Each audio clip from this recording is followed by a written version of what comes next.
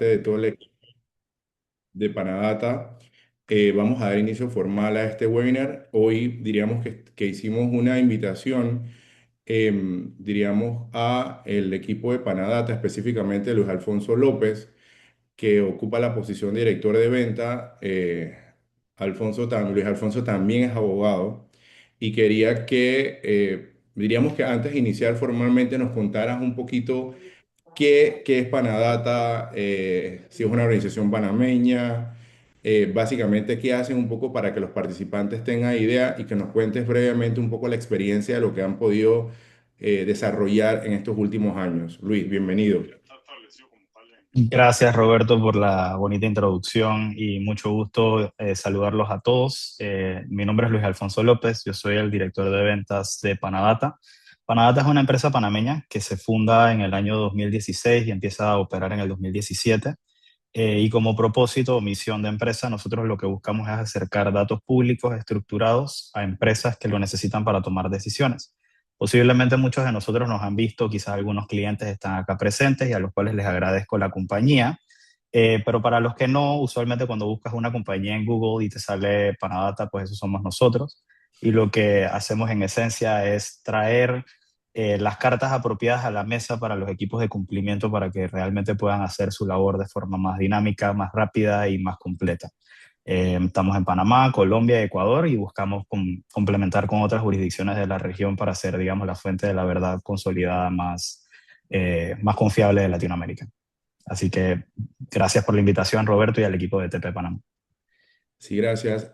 Diríamos que nosotros hemos venido trabajando nuestro segundo webinar reciente. Hemos cambiado un poco la dinámica y lo que hemos hecho es que hemos hecho un resumen de algunas preguntas importantes que regularmente nos hacen los clientes y que para nosotros es muy oportuno, tomando en consideración la experiencia de algunos temas relevantes que ustedes vienen manejando igual en el día a día de nosotros, como empresa de cumplimiento y en mi caso como rol, que también formo parte de comités, no solamente en temas de prevención, sino temas de auditoría interna. Y lo que queremos un poco aportar desde dos perspectivas diferentes. La primera perspectiva es una perspectiva más técnica, con un componente en tema de cumplimiento, y un poco la de Luis es un poco la experiencia con la información, qué cosas son relevantes en este momento para la toma de decisiones cuando tienes mucha data y que al final del camino esa data tiene que ir en algunos casos a la gobernanza, a algún comité para poder que se tome alguna decisión relevante y oportuna. Diríamos, este webinar, un poco lo que buscamos también es que basado en un entorno regulatorio que es cada vez más exigente y exigente no solamente por los entes reguladores en la República de Panamá, sino también por muchos temas de organizaciones internacionales que nosotros formamos parte como país. Y obviamente en este momento que también tenemos el inicio para el 2027 de la visita del Grupo de Acción Financiera, donde obviamente tenemos que demostrar cuánto hemos avanzado como país, tanto el sector público como el sector privado, en ese cumplimiento de recomendaciones, pero también sobre demostrar que nosotros hemos hecho un avance y un entendiendo la madurez en la cultura de cumplimiento en las organizaciones y principalmente en los sujetos no financieros. Más allá de eso, pues vamos a dar inicio con la primera pregunta y bueno, entendiendo qué entendemos cuando realmente tenemos una debida diligencia 360.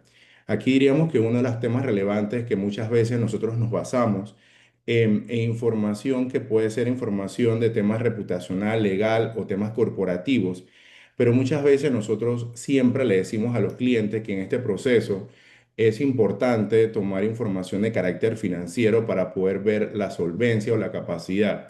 En algunos casos, muchas veces cuando nosotros nos toca hacer debidas diligencias, por ejemplo, en aspectos relacionados con el sector inmobiliario, a veces el oficial de cumplimiento solamente se limita a que tenga una información básica entendiendo que, bueno, verificó en esta lista, verificó que no tiene ningún tipo de información negativa, pero muchas veces cuando analizamos la información que nos aportó el cliente para poder determinar el perfil financiero, vemos que está comprando una unidad inmobiliaria, pero no hay los elementos que nos permitan a nosotros ver cuál es su capacidad real para comprar una unidad o varias unidades.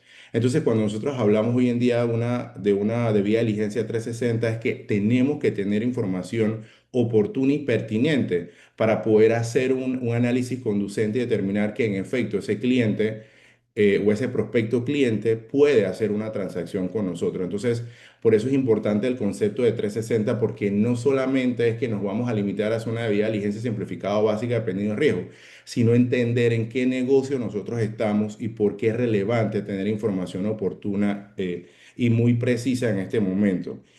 No sé, Luis, si tienes algo más que aportar tal vez en esa primera pregunta.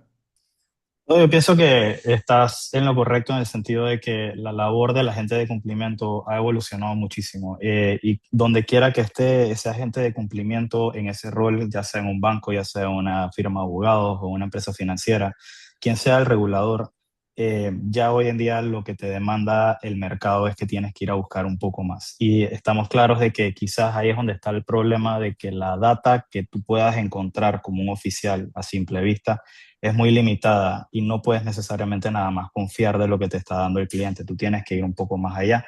Por eso también, de cierta manera, los abogados los querían poner a ver lo de los registros contables para poder justificar cierta sustancia, que es un término que se está usando bastante en las últimas semanas, para poder Correcto. entonces tomar apreciación sobre el riesgo que tienes al frente. Y una realidad, y yo creo que aquí parte, un tema es que el oficial de cumplimiento tiene sus limitaciones, porque desde el punto de vista de la gobernanza de una organización, obviamente sabemos y no vamos a entrar en este detalle, pero la realidad es que puede existir mucha información de carácter pública y también información privada, pero va a depender de los tomadores de decisión de reconocer la importancia de esto y destinar los presupuestos necesarios. Si bien es cierto, muchos oficiales de cumplimiento o personas enlace sustentan la necesidad, inclusive no solamente de tener una herramienta que les permita hacer búsquedas, sino herramientas de monitoreo, pero la realidad es que muchas veces las organizaciones y principalmente los tomadores no lo ven como una inversión, sino que es solamente o de alguna manera atender un requerimiento de la norma y buscar o evitar una posible sanción. Entonces, yo creo que es un elemento fundamental también hacer referencia a esto, porque muchas de las personas que participan en nuestros webinars no son tomadores de decisiones, son personas que de alguna manera diríamos, están enamorados de su rol, de su responsabilidad y de su profesión, pero lastimosamente muchos temas también no están bajo el control de ellos cuando hay un tema presupuestario también. Otra pregunta interesante dice, ¿cuál es la diferencia entre una vía de diligencia tradicional y una basada en múltiples fuentes de información? Yo creo que aquí se podríamos decir que hay una combinación de aspectos tanto públicos y privados y en ese sentido se requiere, diríamos, hacer inversiones en este sentido. No solamente a tener registros y accesos, sino también algún tipo de herramientas. Por ejemplo, una de las cosas que nosotros vemos y nos resulta interesante cuando tenemos una base de datos pública y lo comparamos, diríamos, con otras jurisdicciones, utilizo mucho la referencia en Argentina. En Argentina, y eso es una experiencia que la tenemos con ustedes en Panadata, es que cuando yo coloco el nombre de una persona, yo puedo saber o determinar en cuántas sociedades forma parte, diríamos, de un esquema directivo o participa en una sociedad o si de alguna manera tiene otras vinculaciones. A mí me parece que cuando nosotros hacemos una debida diligencia tradicional, solamente nos estamos limitando o poder tener información a través de esquemas haciéndolo manualmente. Pero cuando vamos a hacer una debida diligencia mucho más robusta, integral, diríamos que estas bases de datos privados nos permiten tener una vinculación y poder entender cómo se comporta esa persona o esa sociedad a través de personas naturales o personas físicas. Entonces yo creo que eso es una de las ventajas cuando nosotros tenemos acceso a una herramienta. Luis, un poco la experiencia, lo que nosotros hemos visto hasta ahorita es eso. Nos ayuda mucho a tener un mapeo de carácter visual y poder entender cómo esa persona se está vinculando a otras estructuras. No sé qué más nos podrías comentar ahí cuando hacemos esta diferencia particular de algo tradicional con algo mucho más avanzado o moderno. Sí, yo creo que vale la pena la pregunta contestarla en partes porque, por ejemplo, tienes la fuente de información tradicionales, como por ejemplo en el caso de nosotros, el registro público, en donde tú solamente puedes buscar por el nombre de la entidad que te están presentando. Si tú tratas de hacer esa búsqueda por persona natural, no vas a tener éxito. Entonces, el caso que tú mencionas es justamente un problema. La jurisdicción tiene, digamos, ciertas falencias en cómo ingresa el dato y no pide el mismo dato de forma estándar y no lo estandariza a nivel de todas las bases de datos del gobierno. Eso crea un dolor enorme en lo que viene siendo todo lo que permea abajo de las capas comerciales del país y de afuera, por el simple hecho de que no puedes verificar, no puedes contrastar la información de forma veraz y rápida. Entonces ahí es donde viene el juego de tienes que buscar a esa persona natural, no solamente en lo que te está mandando, sino también en dónde se está presentando o dónde se está manifestando. Le toca hacer a la gente de cumplimiento mucho más inquisitivo y ir a buscarle la quinta pata al gato, como decimos aquí en Panamá, por el simple hecho de que no te puedes apoyar o no puedes confiar del 100% del resultado que te presenta la herramienta del Estado o la herramienta que tengas al frente. La mayoría del tiempo tú tienes que irte hasta las últimas consecuencias y eso incluye verificar en un país como Panamá, que es altamente corporativo, qué otras estructuras tiene esa persona, porque quizás la que te está presentando está limpia, pero puede ser que tenga una adyacente, ya sea horizontal o vertical, en donde ahí están acumulados todos los problemas. Y es importante que la gente de cumplimiento sepa eso, porque esa labor no se va a, digamos que eso solo va a agravarse y no es un problema que se va a quitar en el tiempo.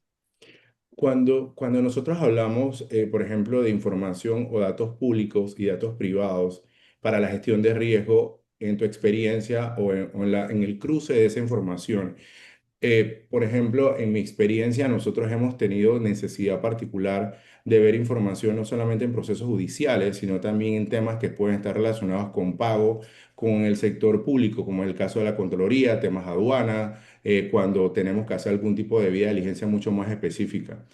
En tu experiencia, básicamente, y específicamente en Panamá, y hablando del contexto de Panamá, si bien es cierto, tienen operaciones en otros países, principalmente de dónde, diríamos, de qué entidades nosotros tenemos información que pueden ser públicas, pero al momento de hacer una indexación, conectarme con esa, resulta interesante y es la experiencia que tienen ustedes en este momento. Es decir, yo puedo entrar a ver en consulta, en orden judicial y puedo ver fallos o puedo ver, pero por ejemplo en otros sectores, entendiéndose, por ejemplo, la Contraloría. ¿Cuál ha sido la experiencia con esos datos que pueden ser públicos, pero no necesariamente vas a tener acceso haciendo las búsquedas tradicionales? Sí, la verdad es que ha sido de todos lados.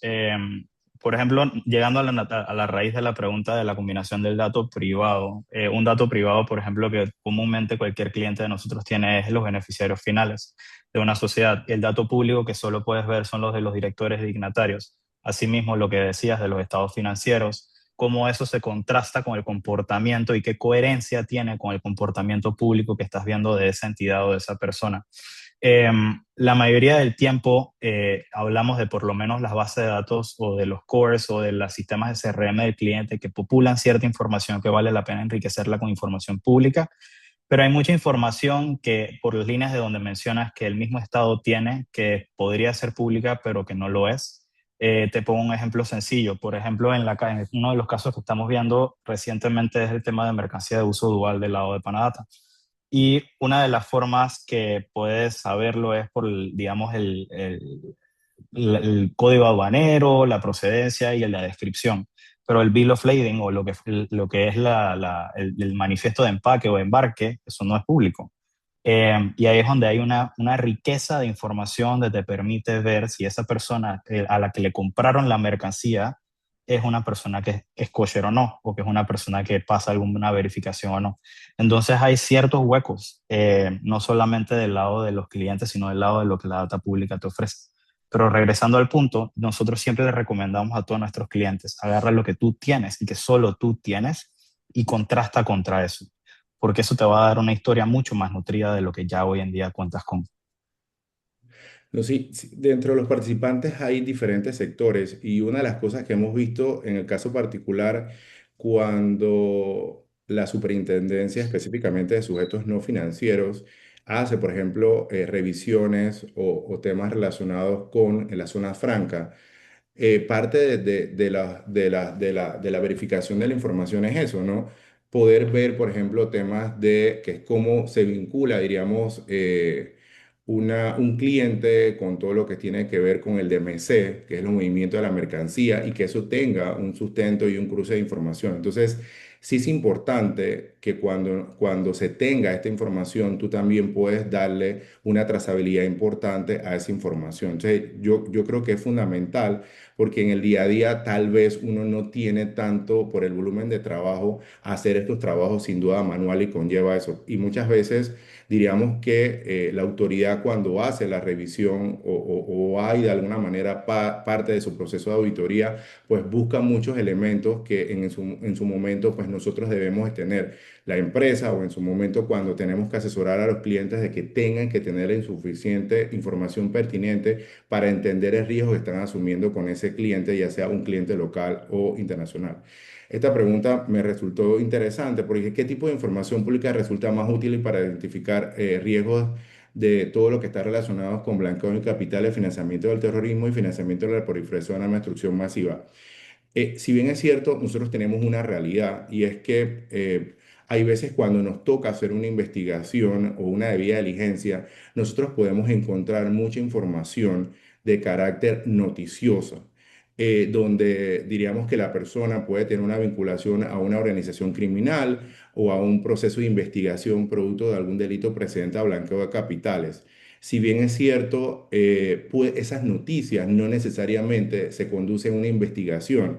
Y en muchos casos, pues tenemos que alguien, un medio de comunicación, repite una y otra vez una misma información, dependiendo, diríamos, de la fuente de la información que está trabajando. Nosotros particularmente lo que nos ha tocado es poder cruzar mucha información, información que nos permita ir a fuentes de organismos locales o autoridades que nos permitan un poco validar y confirmar en efecto que existe un proceso de investigación abierto. Pero aquí nace algunos aspectos en materia legal, es decir, si yo tengo una investigación abierta, producto de una posible vinculación a un crimen organizado o a alguna situación que esté en curso, yo cómo voy a desestimar esa información porque también la persona tiene el principio de la presunción de la inocencia hasta que no tenga una condena en firme. Pero esa información noticiosa, de alguna manera, pues puede vertir en una operación, en un análisis, pero una operación sospechosa, o pero también para poder hacer una comunicación a las autoridades, específicamente a la unidad de análisis financiero, producto de que existe una información de una fuente abierta. Diríamos que en ese sentido siempre es que hay que hacer una valoración integral de toda la información de la cual nosotros tenemos acceso y también diríamos, de quién está generando esa información. La realidad es que estamos en un entorno con mucha información, información que puede ser con mucha credibilidad y otra no necesariamente que hay un tema de credibilidad sin duda el riesgo reputacional es fundamental aquí y por eso la alta incidencia de que nosotros como profesionales de cumplimiento y derecho también seamos muy objetivos en ese análisis. Quería hacerte esta pregunta a ti, ¿cómo crees que podría ser aportar, diríamos, una base de datos privada a la identificación de este tipo de delitos presentes a blanqueo de capitales, Luis? Sí, te pongo una fácil que no identificamos, fue un caso curioso hace como 2 meses, o no mentira, hace como 4 meses atrás que estábamos frente a una entidad pública y estábamos haciendo una demostración de la herramienta y estábamos explicando cómo funcionaba el matching de las personas naturales. Y por A o B motivo encontramos una figura pública de otro país que presentaba 12 sociedades panameñas. Todas las sociedades tenían un agente residente diferente. Como abogados, tú sabes que ahí no están haciendo nada ilegal. Como gente de negocios, tú entiendes que eso es tan impráctico que a menos que tengas algo que esconder, tú no lo harías. Esa es una. La otra es que, por ejemplo, tú estés importando o exportando mercancía que pueda ser categorizada en, por ejemplo, cosas que puedan decir chatarra o cosas que tengan algún tipo de poca descripción, digámoslo así, y que no necesariamente te dé un buen indicio para tú agarrarte con, o actividades, digamos, que no tengan un sustento de coherencia con lo declarado en términos de si tiene un aviso de operación, dice que se dedica a montar salones de belleza y de la nada lo estás viendo que está trayendo mercancía para vendérsela al Estado o cuestiones por el estilo. Que eso, digamos, no es un ejemplo tanto para este tema, pero es un tema de que va ligado con y que resulta en blanqueo de capitales y demás.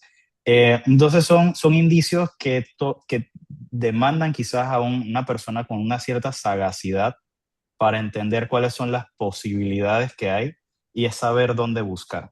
Y ahí, con ese mismo tipo de información, puedes encontrar lo que para uno puede no ser un riesgo, para ti puede gritar a dos luces un problema. Ok. Y en esta misma línea dice, ¿cómo integrar información de listas restrictivas, registros corporativos y noticias adversas en un solo análisis?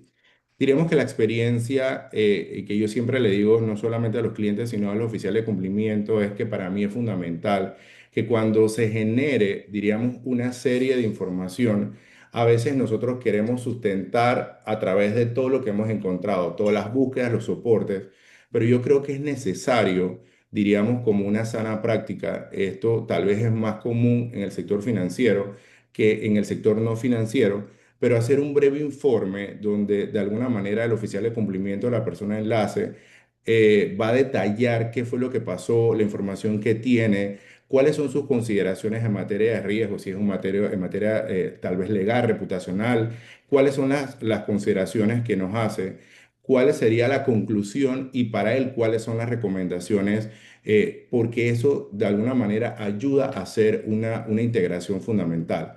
Por ejemplo, la semana pasada nosotros dándole soporte a un cliente, una debida diligencia, nos encontramos que particularmente había, diríamos, todo, el formulario de conocer a tu cliente, toda la información estaba dada, pero cuando entramos a ver la información, resulta que de una herramienta de búsqueda nos salta a la luz esa información de que la persona tenía una vinculación con una organización criminal que recientemente había sido identificada por las autoridades panameñas. Y una de las cosas que cuando colocamos toda la información, yo le indicara al analista, coloca la información y por favor coloca la imagen dentro del informe. Entonces, cuando colocamos la imagen en el informe, y se cotejó con la cédula, tal vez parte del equipo decía, es que tiene rasgos, la persona tiene rasgos y parece que es la persona. La verdad es que yo dije, sí tiene rasgos, pero tenía mi duda razonable, tal vez no lo estaba viendo en la computadora, sino en el celular. Pero cuando particularmente se genera el informe y se le dice que no, que se recomienda que no se establezca ningún tipo de relación comercial hasta que no se confirme y se valide. Cuando obviamente la primera línea de defensa mantiene la comunicación con la persona acepta y dice, sí, soy yo, pero todavía estoy en proceso de investigación. Entonces ahí automáticamente ya, diríamos, el cliente toma la decisión. Pero todo esto resulta interesante porque existe no solamente información de soporte, sino que hay un breve informe detallado de lo que se encontró, los posibles riesgos y las posibles recomendaciones.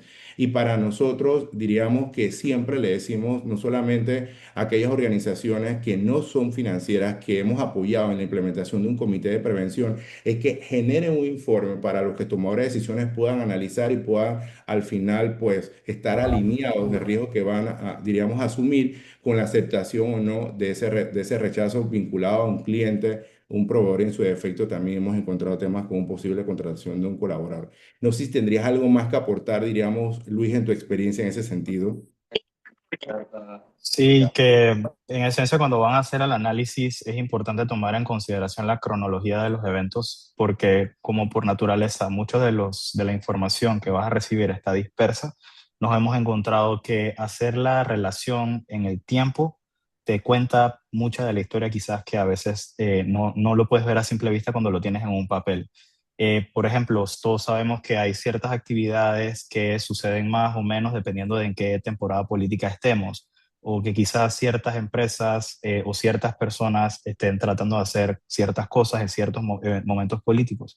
Entonces, tomar en consideración el hilo de tiempo de las cosas que se te van presentando que acompañen ese reporte o ese informe es importante porque puede ser que también estés encontrando información sobre un caso que ya fue juzgado o que ya fue, digamos, sancionado de alguna manera y que no estás tomando en consideración, digamos, la realidad de hoy o la realidad presente de la persona. Ok, interesante eso porque diríamos que y eso guarda relación con el informe, porque si tú logras y contar esa historia dentro del informe en una auditoría por parte del regulador, o por el área de auditoría interna, tú solamente con la lectura y la comprensión de ese informe, tú puedes tener claro qué fue lo que pasó desde el inicio antes. Diríamos, si la persona particularmente no tenía una investigación, pero fue absuelto y se pueda acreditar todo eso, los hechos en el expediente. Cuando tú haces una, y creo que esto es una pregunta que viene más adelante, diríamos que cuando tú tomas un expediente de un cliente, ya sea en forma digital o física, el expediente debe hablar por sí solo. O sea, no es necesario que tú traigas, digamos, al oficial de cumplimiento o a la persona de enlace a que te explique un expediente. No, el expediente debe hablar por sí solo y es importante una sana práctica cómo yo estoy alimentando ese expediente. Entonces yo creo que es importante el tema de los informes. Dice, ¿qué controles aplica la organización para identificar relaciones o vínculos indirectos con personas políticamente expuestas? Diríamos que hoy en día, si bien es cierto, los reguladores, tanto la Superintendencia de Bancos como la Superintendencia de Sujetos No Financieros, han establecido guías para utilizar en diríamos, como los tipos o los títulos o los cargos que ocupan las personas políticamente expuestas dentro del Estado panameño. Es importante mencionar que diríamos que hoy en día existen ya bases de datos del sector, diríamos, de listas privadas que ya han cargado esa información de personas clasificadas políticamente expuestas. Se estima, diríamos, que puede existir entre 4.500 en promedio, más o menos, personas clasificadas políticamente expuestas.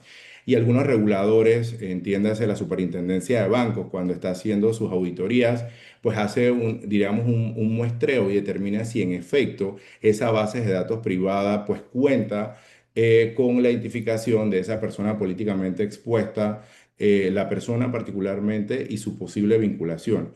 Obviamente hay una realidad y es que muchas de estas personas, pues, eventualmente los que no fueron electos por votación popular, pues eso se mantiene en su periodo establecido, pero también tenemos personas que por la posición renuncian o diríamos que son invitados a salir de la posición, entonces esto puede cambiar. Entonces, sí necesitamos, diríamos, una herramienta que nos permita tener ese listado de clientes actualizados y también correspondiente a los grados de consanguinidad que corresponda, pero muchas veces sí hay que hacer un cruce de información porque obviamente mantener actualizado 4.500 personas en promedio no necesariamente es una tarea tan fácil.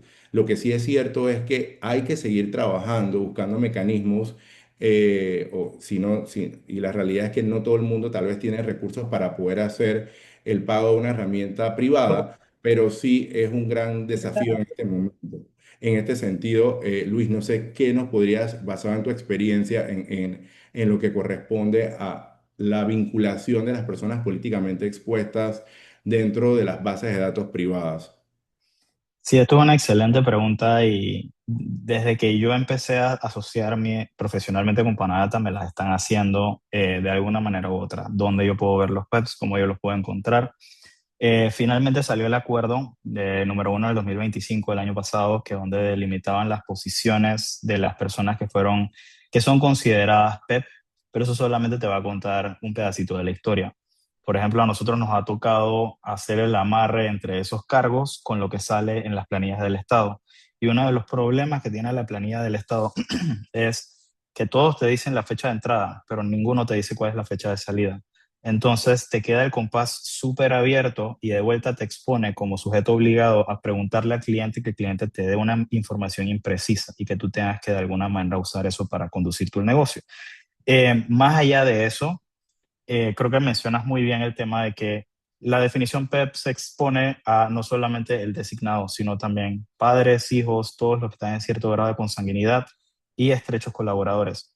Y esos últimos segmentos son los más difíciles de todos, porque no existe colaboración hasta donde yo tenga entendido del lado del registro civil, donde ellos también te den algún tipo de indicio de que estas personas en su árbol genealógico son también del círculo PEP. Tampoco existe un registro obligatorio o algo donde la persona tenga que declarar las personas con las que habitualmente comparte relaciones comerciales.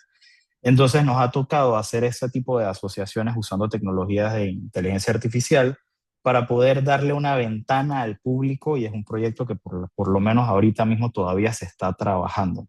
Pero el que alguien te diga que tiene este problema resuelto Eso es mentira porque en una jurisdicción como la que estamos, trabajamos con las herramientas que tenemos. Y aun cuando, digamos, Panadata puede hacer muchas cosas con data pública, esto es uno de los temas que es más complicado de resolver. Y siempre vas a tener que dejar un indicio abierto a, por ejemplo, nosotros representamos en nuestra plataforma posible PEP o posible ex-PEP, porque yo no tengo la precisión de decir en este momento salió y aquí dejó de ser PEP. Muchas personas rotan de cargos, el gobierno puede ser que los cambie de posiciones y los corra o los traslade de una posición PEP a otro. Entonces, es ahí quizás uno de los temas que como jurisdicción podemos seguir trabajando para mejorar. Ok, interesante. Eh, ¿Cómo ayuda una debida diligencia integral a detectar personas físicas relacionadas a otras estructuras jurídicas? Era lo que, creo que esta pregunta la repasamos rápidamente anteriormente. Muchas veces, aun cuando yo quiera hacer esta validación de información, la realidad es que sí, obviamente la información del beneficiario final es una información de carácter privada. Pero muchas veces al análisis, cuando yo puedo tener una vinculación, diríamos, de estructuras jurídicas de una persona, no necesariamente yo voy a tener acceso y manualmente a través del registro público no lo voy a hacer. Y por eso es que una base de datos privada que simule, obviamente, diríamos, cómo hay una vinculación. Y eso era lo que yo les mencionaba hace un momento.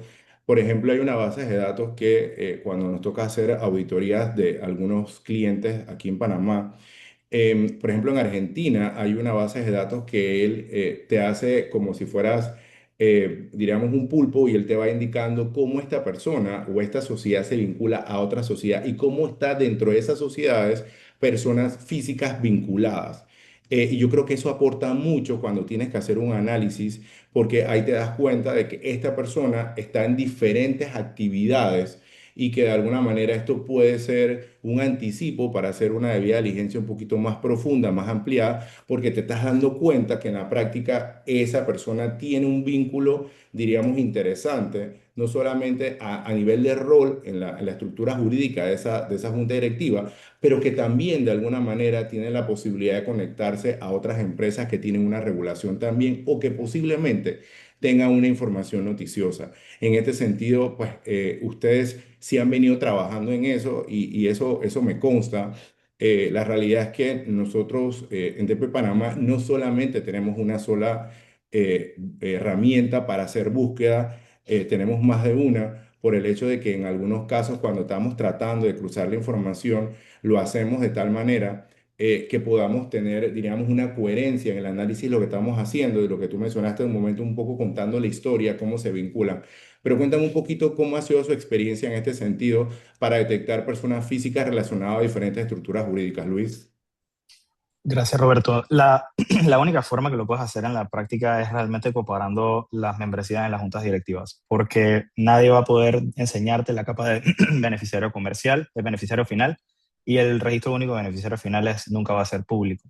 Entonces, la forma en que nosotros tratamos de darle una ventana al cliente final es decirle, mira, en una estructura, digamos, de comercial tradicional, en donde tú tienes una casa matriz, subsidiarias o diferentes entidades que están amarradas por un beneficiario, un grupo de beneficiarios finales, es normal que ellos compartan sus juntas directivas en su mayoría, salvo que algunas de estas subsidiarias tengan una participación diferente. En su mayoría van a firmar probablemente las actas las mismas personas por un tema de conveniencia. Entonces, de esa manera es que los puedes vincular. Pero si te vas un poco más atrás, el Estado, la ley panameña, ni a nivel del reglamento del registro público, ni a nivel de las notarías, ni a nivel de los códigos, de los reglamentos que regulan la profesión del abogado, nada te dice que tú debes asociar una persona natural con una cédula al momento de inscribir una sociedad en el registro público o de hacerlo igualmente con cualquier acto. Entonces, si yo me pongo de ejemplo a mí, si yo quisiera hacer algo indebido y desvanecerme entre los récords públicos, yo nada más uso Luis López y yo me garantizo que no me va a encontrar. Porque como no hay una cédula, como sucede sí en el caso de Argentina, Ecuador, Colombia, donde tienes un ID y la data está homologada a nivel de estado, vas a poder encontrar muchos posibles positivos o coincidencias con un nombre que probablemente es y no es el que estás buscando. Entonces te toca ir a buscar con Luis Alfonso López, Luis López. y con todos los apellidos y combinaciones para poder llevar esa investigación hasta las últimas consecuencias. Ese es el caso de Panamá. En otros países en donde este no es un problema, lo que hacen es que en esencia cada vez que tú te manifiestas en data pública, lo haces con tu nombre completo y tu cédula. Y por eso es que en estos países la data es hermosa en el sentido de que no te vas a equivocar cuando tú vas a buscar a una persona. Ok, interesante. Yo sí quiero con la siguiente pregunta que lo mencionas aquí. Hay una realidad y es que muchas personas, obviamente, cuando hacemos la evaluación de riesgo de un cliente y hicimos la clasificación, ya sea riesgo alto, medio o bajo, básicamente eso genera la responsabilidad de parte del sujeto obligado a mantener una actualización y dependiendo del sector, entiéndase sector bancario, sector fiduciario, obviamente que hay que sustentar, diríamos, esos temas de actualización de los datos. Muchas veces, diríamos, existen herramientas que te permiten hacer las actualizaciones, diríamos, de forma automática, dependiendo de la programación que lo des y en función de eso, obviamente, se genera un informe que no necesariamente lo vas a estar cargando, diríamos, en el expediente digital o físico del cliente, sino que de alguna manera lo puedes exportar. Mi pregunta es, de cara a esta realidad, a ese trabajo administrativo, operativo y que tiene un componente, diríamos, también estratégico para la toma de decisiones, la actualización, diríamos, de la información de los clientes entendiéndose de acuerdo a la naturaleza o al análisis que hiciste conducente de esa, al momento que estableciste esa relación con ese cliente, ¿cómo, diríamos, están ahorita las tendencias desde el punto de vista de generación de reportes para mantener actualizada esa información y que de alguna manera, al momento de ser objeto no solamente de una auditoría por el regulador, sino un objeto también de un requerimiento de oficio por una entidad del Estado, entiende su requerimiento del Ministerio Público o Contraloría General de la República, ¿cómo se está trabajando en este momento la industria para garantizar que se genere un reporte de forma preciso y actualizado y con la información necesaria que permita saber que en ese momento, hasta el momento que se generó ese informe, no existe un riesgo, diríamos, latente por mantener una relación de negocios con ese cliente proveedor? Sí, mira, hoy en día realmente vemos que mucho del mercado lo hace de forma muy manual. Desafortunadamente, Panamá, a comparación con la región, todavía le ha costado un poco la adopción de nuevas tecnologías o de, digamos, salir de la caja tradicional y poco a poco estamos llevándolo, o sea, llevamos varios en el mercado y definitivamente hay un avance importante, pero todavía vemos que usan mucho sudor y uñas para poder recabar y sacar esta información a flote. Nosotros lo estamos trabajando de una manera quizás ligeramente diferente y aquí viene quizás algo que es novedoso de pensar. La actualización del cliente, tú lo puedes ver como un problema, como algo que tienes que hacer por una demanda regulatoria o por algún tema que tienes que atender. Pero, ¿y qué pasa si tú lo haces desde el punto de vista de yo quiero conocer al cliente? Porque al final, si yo hago cumplimientos porque yo tengo un negocio que correr y la única forma de que yo pueda saber ese cliente qué está haciendo, dónde está, cuáles son sus capacidades, es llevar a cabo una actualización del perfil del cliente. Entonces podemos partir del hecho de que sí tienes, digamos, matrices de riesgo que te dicen que cada 12, 18, 24, 36 meses tú debes de visitar a un cliente y dependiendo del tipo de cliente, si la haces una simple o avanzada o expandida. Sin embargo, ¿qué pasa si cumplimiento se asocia con crédito? Por decirte el ejemplo de un banco que es lo que más trabajamos nosotros del lado acá. Y hacen la actualización de todos los clientes con una herramienta automática que no solamente te permita ver el riesgo y atenderlo como si fuese un portero que ve la bola desde media cancha, no cuando ya la bola está en la portería, sino también identificar si esa persona jurídica está vigente, si tiene un aviso de operación, check, él te dijo que iba a operar, pero ¿y qué pasa si si compró una propiedad y no la financió contigo? ¿O qué pasa si de repente no trabajó un tema contigo con un negocio que está abriendo y que tú puedes ver en data pública, pero simplemente no te das cuenta?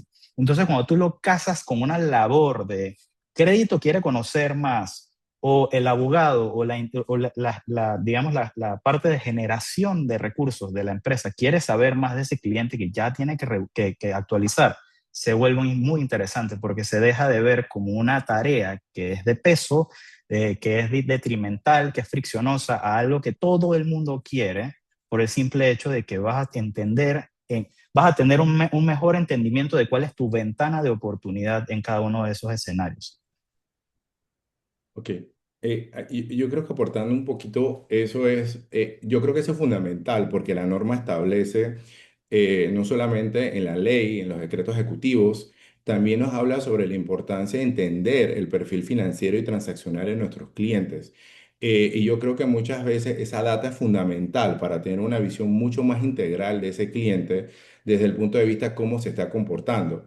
La realidad es que el sector financiero, obviamente, principalmente el sector tal vez de bancos, las fiduciarias, tienen todos tenemos, diríamos, una responsabilidad de entender eso, mi perfil financiero y transaccional del cliente, pero yo creo que eso que tú acabas de decir es sumamente importante para fortalecer sobre todo ese entendimiento de cómo se está comportando mi cliente, diríamos, de cara a la fuente de sus ingresos, cómo le está invirtiendo o que de alguna manera cómo se ha estado el cumplimiento de sus compromisos, diríamos, crediticios, para entender también si de alguna manera podemos ver algún patrón de cancelación anticipada, un pago extraordinario y poder ir entendiendo también cómo se está comportando. Me parece que es un elemento fundamental también poder verlos otra perspectiva de cumplimiento de cara al comportamiento de ese cliente.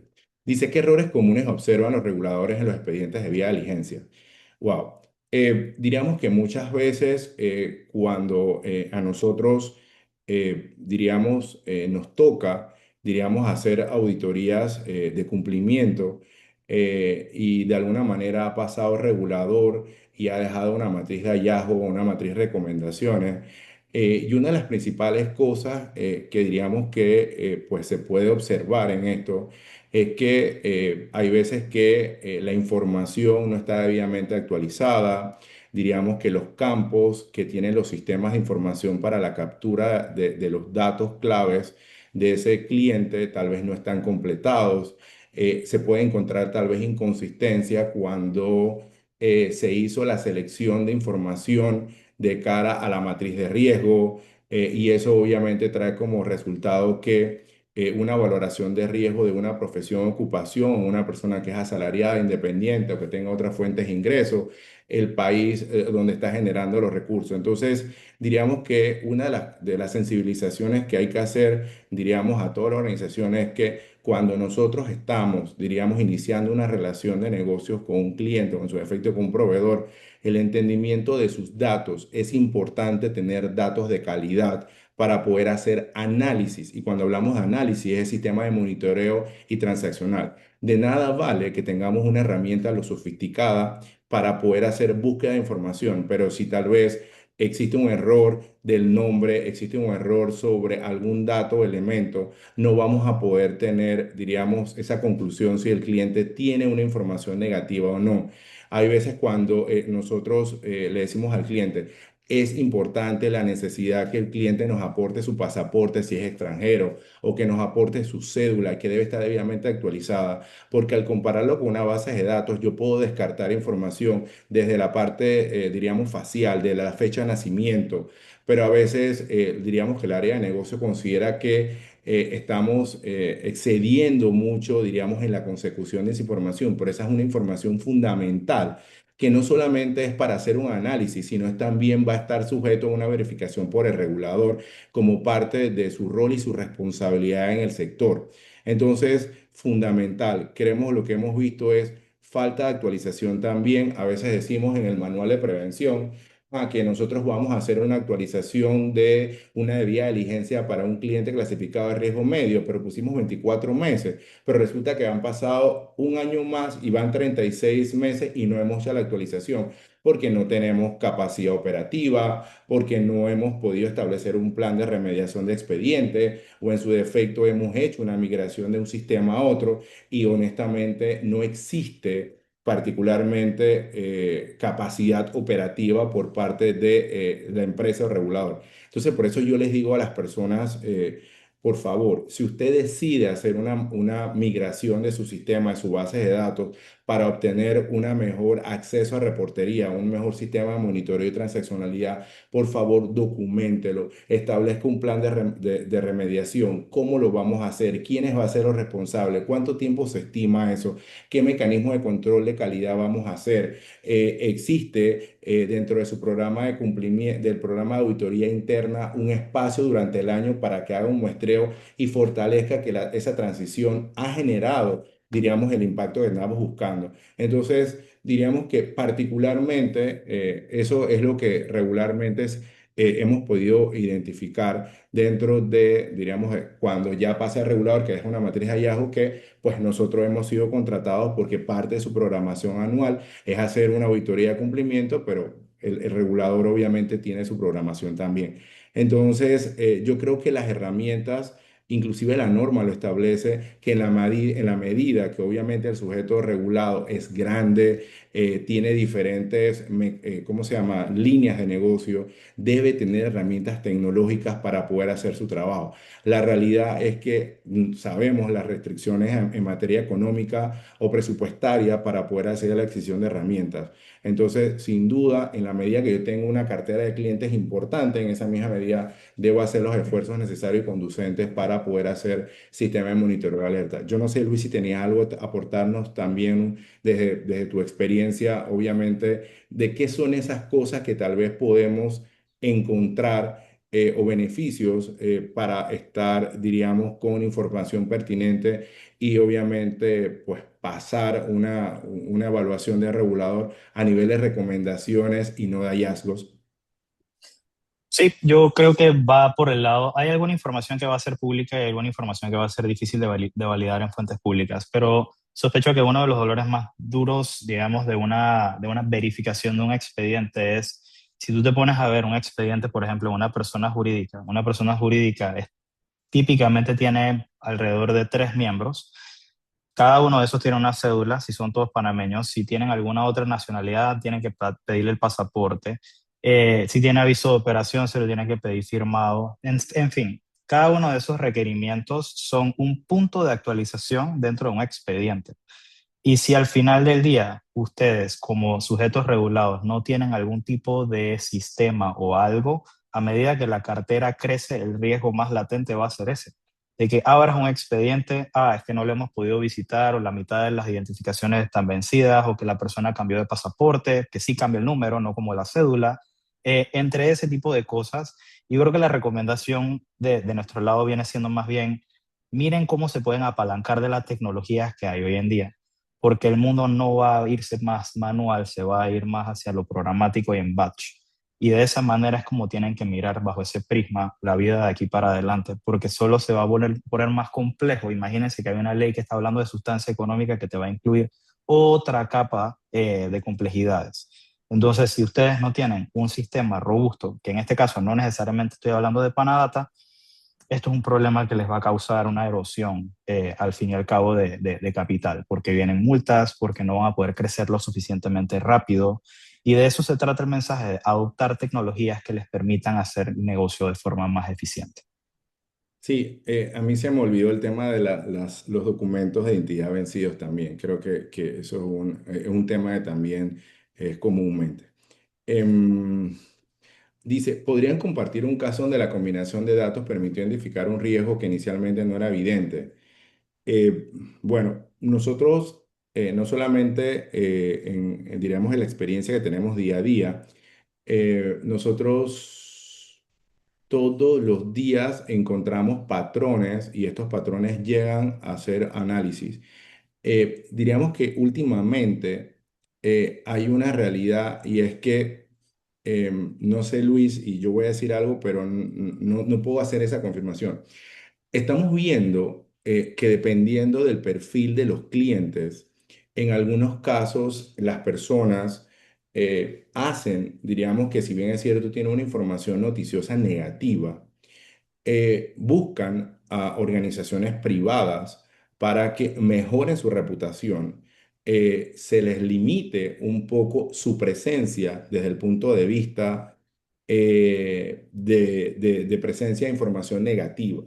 Entonces, recientemente nos pasó una situación donde obviamente estábamos tratando de buscar la información, pero ¿qué pasaba? Que la información variaba dependiendo de cómo utilizaba su nombre. Si lo utilizaba con todos sus primero, segundo nombre y ambos apellidos, o solamente lo utilizaba con su nombre y sus dos apellidos. Entonces, ¿qué es lo que está pasando hoy? Es que hoy en día, no solamente utilizando inteligencia artificial, sino otros mecanismos también, muchas veces tienes que hacer un análisis mucho más profundo porque te estás dando cuenta de que si colocas, y a veces lo hacemos de forma pues ya, diríamos, ¿cómo se llama? Rutinaria, donde colocamos y no buscamos opciones, donde me pedía primer nombre y los dos apellidos. Entonces, nos pasó recientemente esa situación. ¿Y qué nos dimos cuenta? Nos dimos cuenta de que sí había información, mucha más información noticiosa negativa, utilizando su primer nombre y sus dos apellidos. Entonces, todo eso nace por un poco por esa malicia o algo que en términos de contabilidad se llama escepticismo profesional, esa duda razonable, porque tienes que buscar una combinación de información o de datos para poder establecer que en efecto no exista ningún tipo de información negativa. Eso fue algo que pasó recientemente, entonces nos ayuda mucho a poder ir desarrollando, y más cuando tienes dentro del equipo analistas que tal vez puedan entender, diríamos, la parte operativa, pero no han podido trabajar la parte del escepticismo, la duda o la malicia. En algunos casos, nosotros siempre, y dependiendo de las industrias, y yo siempre le digo, por ejemplo, en algunas industrias particularmente, casos de proveedores diríamos, algunas jurisdicciones como Asia, entremos a sus páginas web, verifiquemos qué más información nosotros tenemos o tratemos de indagar, porque a veces no quieren colocar los beneficiarios finales, tratemos de indagar si podemos obtener algunas personas diríamos, de posiciones clave, pero no nos podemos quedar con eso. Otra cosa que están utilizando también algunos países de Asia es que quieren colocar su información, obviamente, diríamos, en el idioma, diríamos, propio de su país. Entonces, tenemos que entender que cuando estamos haciendo una debida diligencia, obviamente se requiere que la información esté debidamente documentada en el idioma español. Entonces la traducción es un elemento que a veces quieren utilizarlo como mecanismo para desvirtuar algún tipo de información negativa que tenga o que no colocan toda la información producto de que sí existe algún elemento. Entonces yo creo que no hay que perder de vista solamente a los clientes, sino a los proveedores también. Hemos tenido casos particularmente de posibles contrataciones diríamos, de colaboradoras a organizaciones y cuando hacemos la verificación nos damos cuenta en que han sido condenados en procesos, o también nos damos cuenta que de alguna manera verificamos que tiene avisos de operaciones y esto puede traer conflicto de intereses. En algunos casos, por ejemplo, cuando nos solicitan apoyo en ese servicio, obviamente previo a la entrevista final, con nosotros, nos documentamos y le preguntamos sobre esos aspectos y ahí ves que cambia obviamente la corporalidad, cambia su expresión facial, porque nunca pensó que se le había hecho una debida diligencia sobre un tema de aviso de operación. Entonces, ahí sí hay que establecer, bueno, ¿por qué tienes un aviso de operación y estás aplicando a una posición? ¿Cómo vas a garantizar si en efecto no has mencionado eso previo a de hacer esa declaración de que existía un conflicto de interés? Entonces, inclusive esto se vincula con casos de fraudes también. Entonces, sin duda, aplica para los tres, diríamos, aspectos clave del programa de cumplimiento: el conocimiento de cliente, el conocimiento de proveedores y también de colaboradores. No sé si Luis tienes algo más que aportar ahí. Sí, nosotros hemos tenido muchos casos, especialmente cuando vamos entrando con clientes nuevos. En su mayoría van a ser sector bancario, financiero, donde nos encontramos, por ejemplo, dame tu cartera de clientes malos o dame tu cartera de los que te han dado problemas y vamos a hacer un análisis aquí rapidito de qué es lo que hay. Y, por ejemplo, me he encontrado casos en donde le prestan plata a un cliente que tiene un poco de moras acumuladas en la caja del Seguro Social y que ha sido publicado varias veces. O que no todas las debidas diligencias se van a, por ejemplo, un listado de sanciones de la Dirección General de Contrataciones Públicas o la del Canal de Panamá. O me voy un paso más allá, tú puedes ir también a redes sociales. Las redes sociales son fuentes no tradicionales de información, pero también son públicas. Para algo tiene una red social para que te contacten. Entonces, el tema de la ley 81 ahí es medio gris.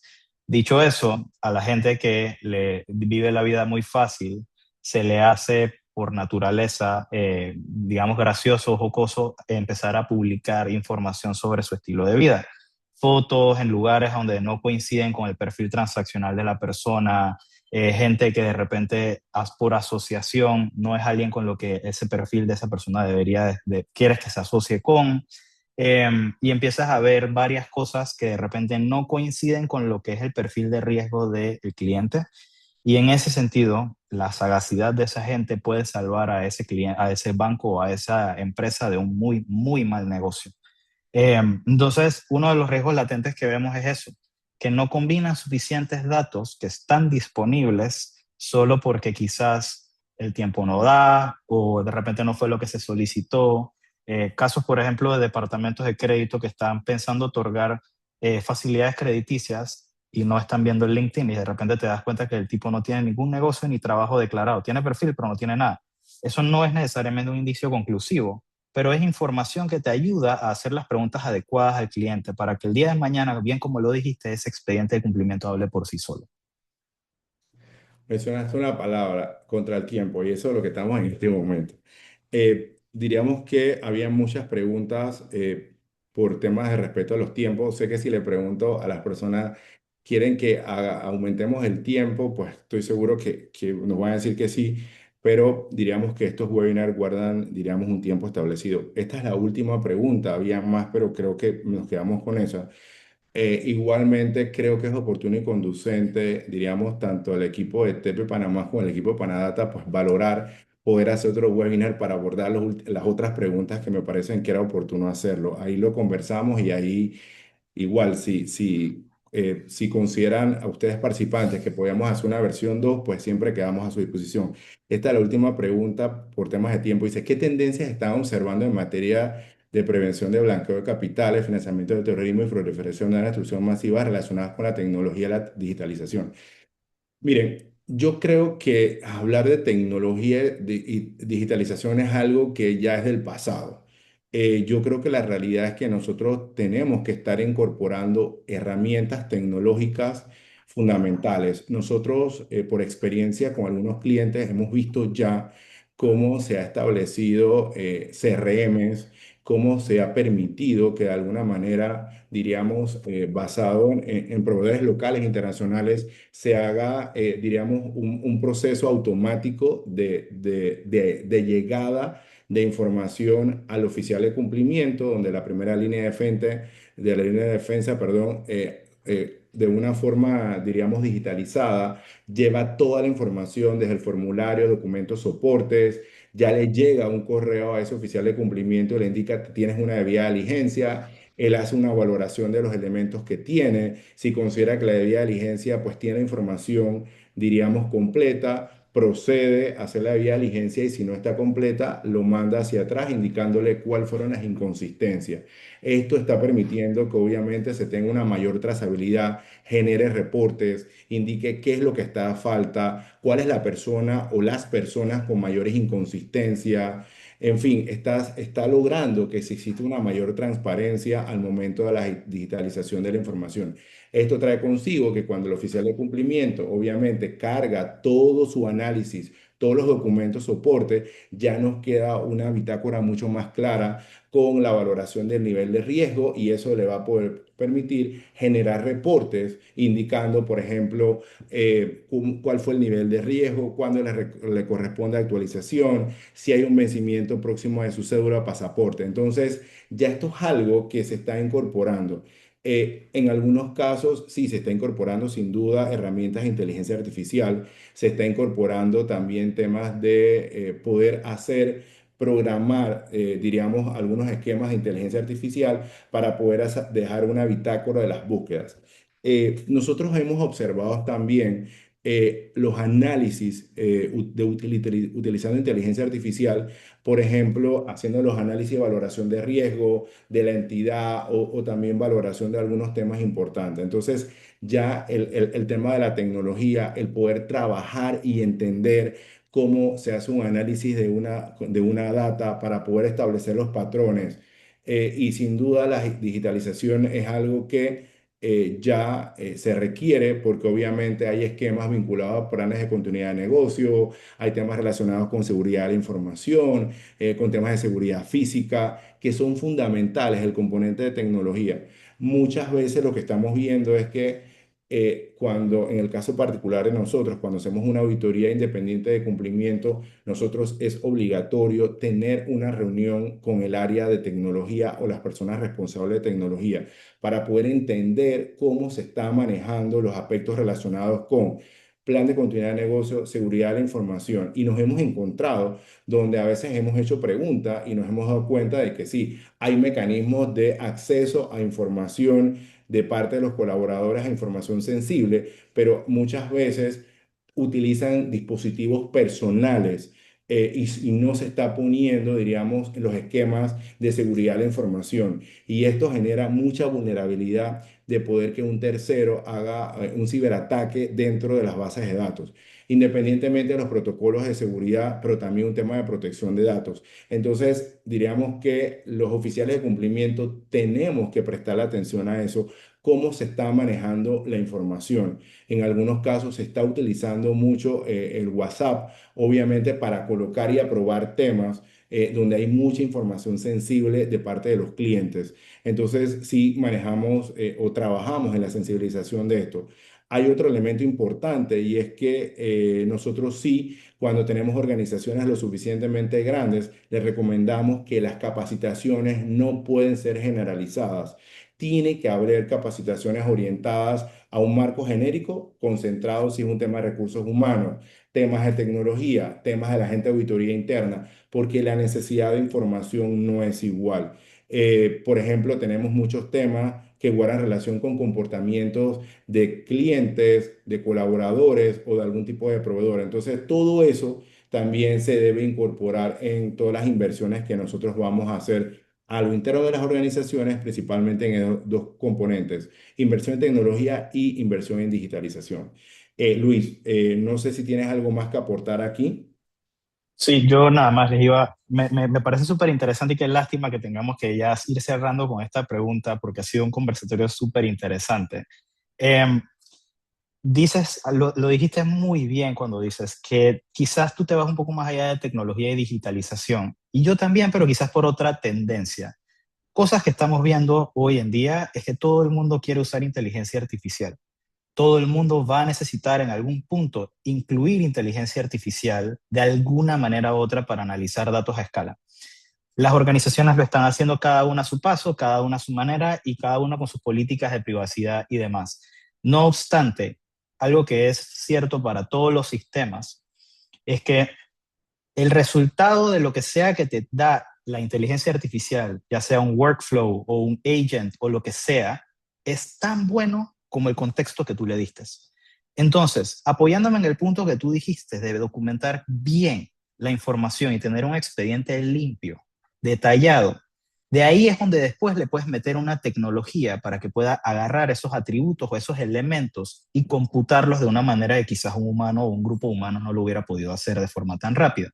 Entonces, para mi concepto, lo que va a venir es eso, tarde o temprano, porque ya se empieza a hablar en las mesas de trabajo, ya se está hablando en los comités de tecnología y ya se está hablando en los comités aprobándose inversiones importantes en este sentido. Entonces, mi recomendación para todos aquellos que están pensando en utilizar inteligencia artificial o que ya la están utilizando, evidentemente dentro de los parámetros de seguridad de sus organizaciones, tomen en cuenta de que su contexto, las anotaciones, los documentos y toda la información que ustedes entreguen y coloquen en ese expediente va a ser clave para ese esfuerzo que va a pasar a futuro. Y si con algo los puedo dejar, es con eso.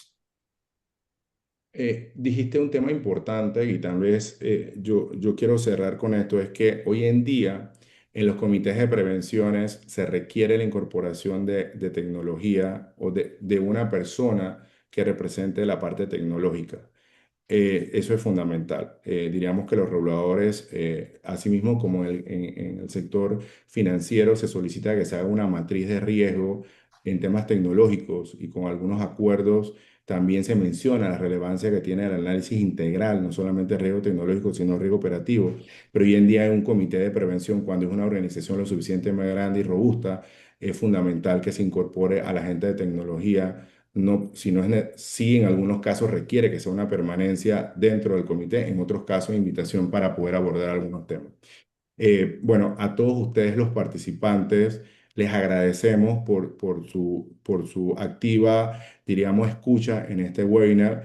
Creo que nos queda el desafío a nosotros de valorar para poder hacer la segunda intervención, porque creo que quedaron bastantes preguntas. Y lo otro es que desde el punto de vista de, diríamos, informativo, nosotros debemos estar enviándoles a los participantes los certificados a más tardar el próximo miércoles. Importante que podemos dejar el espacio un tiempo para que puedan colocar sus nombres de tal manera pues que llegue sus certificados a tiempo. Es importante que cuando reciban ese certificado de participación pues nos hagan saber si consideran oportuno que hagamos la parte B, o la segunda parte, porque creo que quedaron temas importantes. De parte de TP Panamá, sí le quiero agradecer a todos ustedes por su participación y te dejo la oportunidad a ti, Luis, para que cierres formalmente este evento y nada, abierto para cualquier recomendación final que le puedas dar a los participantes. No, yo creo que, y gracias nuevamente, Roberto, por organizar el espacio y a todos los presentes por tomarse el espacio esta tarde para escucharnos hablar de estos temas. Eh, yo creo que al final se trata de que sean curiosos, sean inquisitivos, no se queden con la duda en la cabeza y entiendan que quizás el problema que ustedes están enfrentando, alguien más ya lo enfrentó. Busquen en Internet, busquen soluciones y herramientas que los puedan ayudar a hacer más eficiente su trabajo, evidentemente acompañado de las políticas de seguridad de su organización. Pero yo creo que con el escuchar la presentación y escuchar los conceptos y las cosas que vienen, yo estoy seguro que muchos de ustedes se van con unas buenas ideas para explorar de aquí en adelante. Nada más quería dejar una nota para aquellos que sé que hay algunos que tuvieron algún problema con el link del formulario de inscripción. Si hay alguno de los participantes que por alguna razón, por política de seguridad de tecnología, justamente no pueden acceder al link, nos pueden escribir cualquiera de nosotros dos para poder entonces emitirle los certificados correspondientes. Así que nada, Chris, Roberto y equipo de TP Panamá, nuevamente muchas gracias por la invitación y por el espacio. Luis, es importante también que este webinar fue grabado, también se les puede compartir en ambos.